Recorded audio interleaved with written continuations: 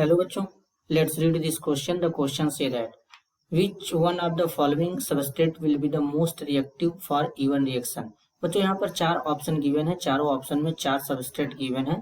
इन substrate में से हमको बताना है कि कौन सा सबस्ट्रेट इवन रिएक्शन के टुवर्ड्स ज्यादा रिएक्टिव होगा। तो सबसे पहले समझेंगे की कॉन्सेप्ट। सबसे पहले समझेंगे की कॉन्सेप्ट।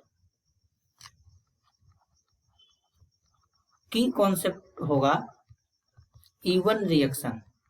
अब इवन रिएक्शन क्या होता है बच्चों, सबसे पहले समझेंगे। तो बेसिकली इवन रिएक्शन में यहाँ पर क्या होगा, यूनिमोलिकुलर एलिमिनेशन रिएक्शन होता है। वन का मतलब होता है यूनिमोलिकुलर, इसका मतलब इसका मॉलिक्यूलरिटी और ऑर्डर जो होता है वो वन होता है। अगर हम समझे कुछ इस तरीके का, यहाँ पर एक कंपाउंड है जैसे CH3 CH3 CH3 Br। तो इसमें सबसे पहले क्या होगा, यहाँ से ये 2 स्टेप रिएक्शन होता है। तो यहाँ पर Br ऐसे ब्रोमाइड आयन के फॉर्म में लिविंग ग्रुप बाहर निकलेगा। तो यहाँ पर इस तरीके से क्या होगा, एक कार्बोकेटायन फॉर्म होगा।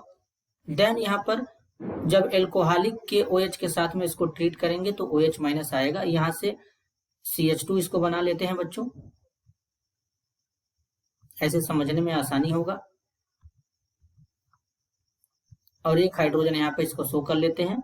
तो जो OH माइनस आएगा यहाँ से इस हाइड्रोजन को एब्स्ट्रैक्ट कर लेगा, क्योंकि यहाँ पे ये जो कार्बन है जिसके ऊपर पॉजिटिव चार्ज है, बेसिकली जब यहाँ पे ये ब्रोमीन जुड़ा था तो इस वाले कार्बन को अल्फा कार्बन बोलते हैं। तो यहाँ पर इस वाले कार्बन से जो कार्बन जुड़ा था इसे बीटा कार्बन बोलते हैं।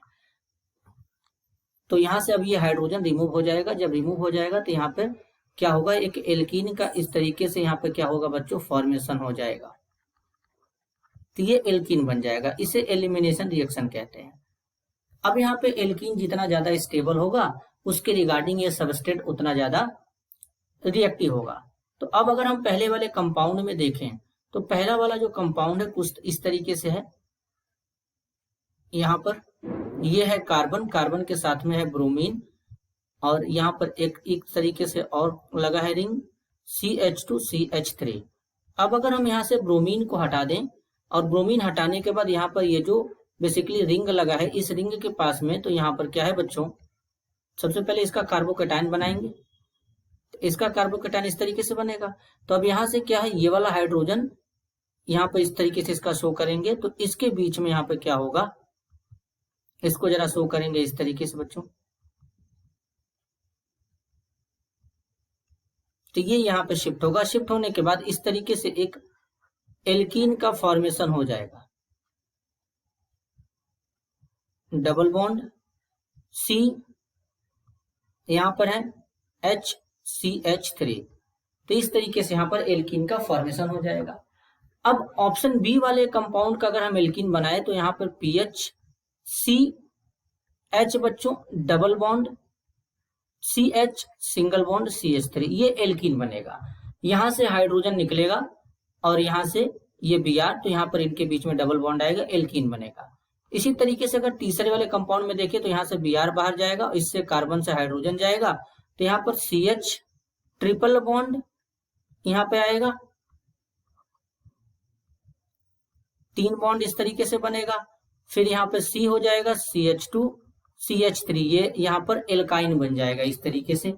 अब ऑप्शन डी वाले की बात करेंगे तो यहाँ पे क्या होगा, यहाँ से ब्रोमीन जाएगा बच्चों बाहर, यहाँ से ब्रोमीन बाहर जाएगा, यहाँ से एक हाइड्रोजन बाहर निकालेंगे तो एक डबल बॉन्ड यहाँ बनेगा, और यहाँ से निकालेंगे तो यहाँ बनेगा। तो यहाँ पर डबल बॉन्ड, 2 डबल बॉन्ड एक साथ ही हो जाएंगे। तो इसके केस में ये अनस्टेबल हो जाएगा। तो यहाँ से हाइड्रोजन निकालेंगे तो इस तरीके से CH2 double bond CH single bond. अब यहाँ पे CH3 है बच्चों। अब यहाँ पे क्या आ जाएगा, एक यहाँ पे डबल बॉन्ड आ जाएगा इस तरीके से। देन यहाँ पे क्या आ जाएगा, CH देन CH3, तो इस तरीके से आएगा। तो अब यहाँ पे देखेंगे कौन सा एल्कीन हमारा ज्यादा स्टेबल है। तो जो एल्कीन ज्यादा स्टेबल होगा उसके रिगार्डिंग यहाँ पर वो ज्यादा रिएक्टिव होगा।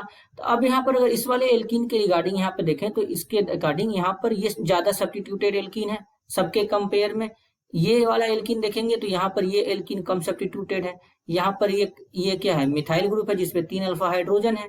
अब इधर जो हमारा ग्रुप जुड़ा है इसमें ये जो कार्बन है, इस कार्बन के पास में अगर हम देखें बच्चों तो एक हाइड्रोजन यहाँ पे है, एक हाइड्रोजन यहाँ पे है। तो 2 हाइड्रोजन यहाँ से, 3 2 5 हाइड्रोजन यहाँ से हो जाएंगे। जबकि इस वाले एल्कीन में 3 हाइड्रोजन यहाँ से हो जाएंगे, इस वाले एल्कीन में 3 हाइड्रोजन यहाँ से हो जाएंगे, 3 हाइड्रोजन यहाँ से 6 हाइड्रोजन हो जाएंगे, 1 हाइड्रोजन यहाँ से 7 अल्फा हाइड्रोजन होंगे। तो इस एल्कीन का स्टेबिलिटी ज्यादा होगा और ये ज्यादा सब्स्टिट्यूटेड एल्कीन भी है।